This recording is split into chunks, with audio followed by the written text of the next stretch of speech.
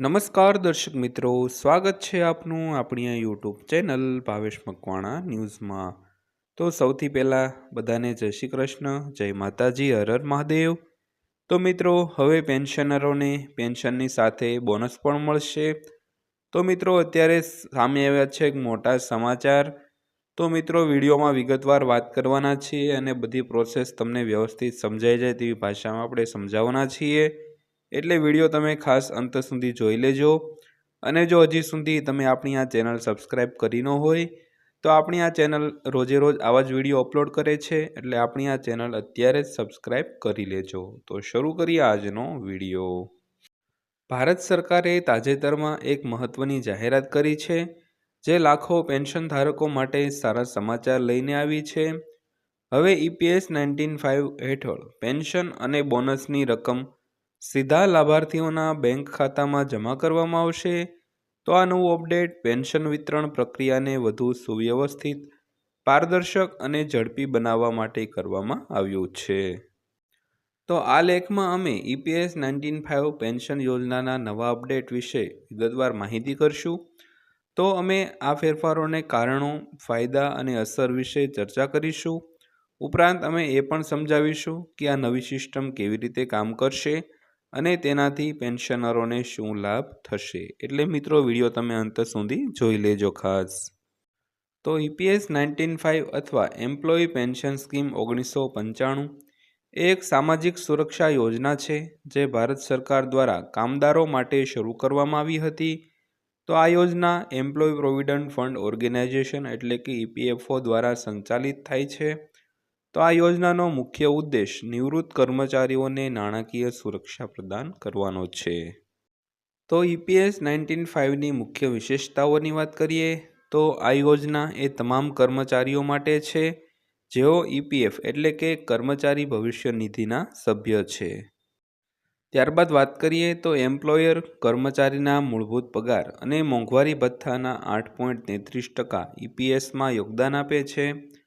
તેમજ નિવૃત્તિ પછી કર્મચારીઓને માસિક પેન્શન મળે છે, તેમજ કર્મચારીઓના મૃત્યુ પછી તેમના પરિવારને પેન્શન મળે છે। ત્યારબાદ વાત કરીએ તો નવા અપડેટના મુખ્ય ફાયદાઓ વિશે।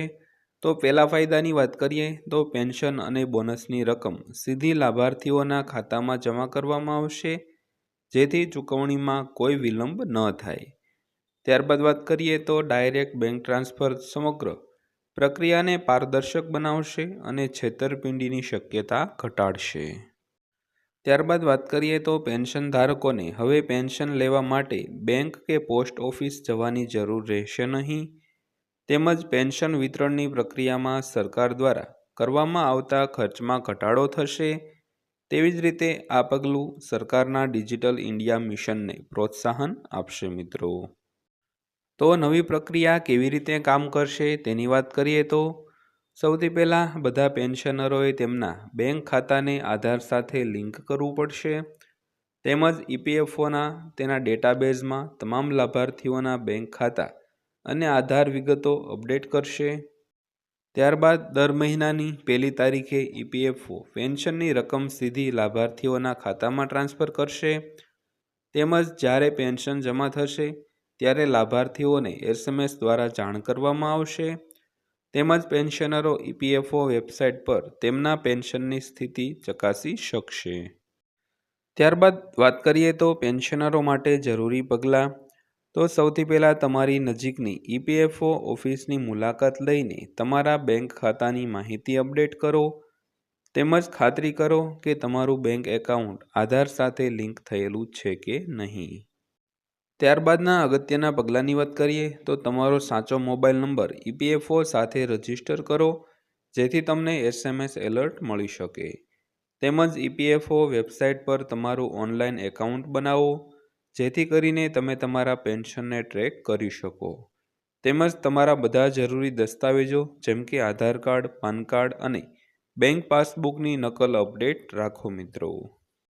ત્યારબાદ વાત કરીએ તો બોનસ ચૂકવણીમાં ફેરફાર। તો નવા અપડેટ હેઠળ માત્ર માસિક પેન્શન જ નહીં, પરંતુ બોનસ પણ સીધા લાભાર્થીઓના ખાતામાં જમા કરવામાં આવશે। તો આ ફેરફાર નીચેની રીતે લાગુ કરવામાં આવશે મિત્રો। તો સૌથી પહેલાં વાત કરીએ તો ફેસ્ટિવલ બોનસ. તો દિવાળી કે અન્ય તહેવારો પર આપવામાં આવતા બોનસ હવે સીધા ખાતામાં આવશે. ત્યારબાદ વાત કરીએ તો વાર્ષિક બોનસ. તો સરકાર દ્વારા જાહેર કરાયેલ કોઈ પણ વાર્ષિક બોનસ પણ આ સિસ્ટમ દ્વારા ચૂકવવામાં આવશે. ત્યારબાદ વાત કરીએ તો સ્પેશિયલ બોનસ.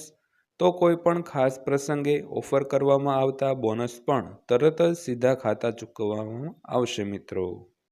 ત્યારબાદ વાત કરીએ તો બોનસની રકમ પેન્શનરની મૂળભૂત પેન્શનના આધારે નક્કી કરવામાં આવશે. ત્યારબાદ વાત કરીએ તો બોનસ માત્ર નિર્ધારિત તારીખે જ ચૂકવવામાં આવશે, જેથી લાભાર્થીઓને સમયસર નાણાં મળી શકે. ત્યારબાદ નવા અપડેટની અસર વિશે વાત કરીએ તો આ પગલું નાણાકીય સમાવેશને પ્રોત્સાહન આપશે, કારણ કે તમામ પેન્શનરોએ બેંક ખાતું ખોલવું પડશે. તેવી જ રીતે રોકડ વ્યવહારોમાં ઘટાડો થશે, જે ડિજિટલ અર્થતંત્ર માટે ફાયદાકારક છે. તો તમામ વ્યવહારો ડિજિટલ હોવાથી રેકોર્ડ રાખવાનું સરળ બનશે, તેમજ પેન્શન ધારકોએ પેન્શન લેવા માટે લાંબી કતારોમાં ઊભા રહેવાની જરૂર નહીં પડે. તેમજ ગ્રામીણ વિસ્તારોમાં લાભની વાત કરીએ તો દૂરના વિસ્તારોમાં રહેતા પેન્શન ધારકોને વિશેષ લાભ મળશે. તો મિત્રો, આ ત્યાજની માહિતી પસંદ આવી હોય તો વિડીયોને લાઈક કરજો અને રોજે રોજ આવા જ વિડીયો જોવા માટે આપણી આ ચેનલ પણ સબસ્ક્રાઈબ કરી લેજો. તો ફરીવાર પાછા મળીશું એક નવી માહિતીના વિડીયો સાથે. ત્યાં સુધી સૌને જય હિન્દ, વંદે માતરમ.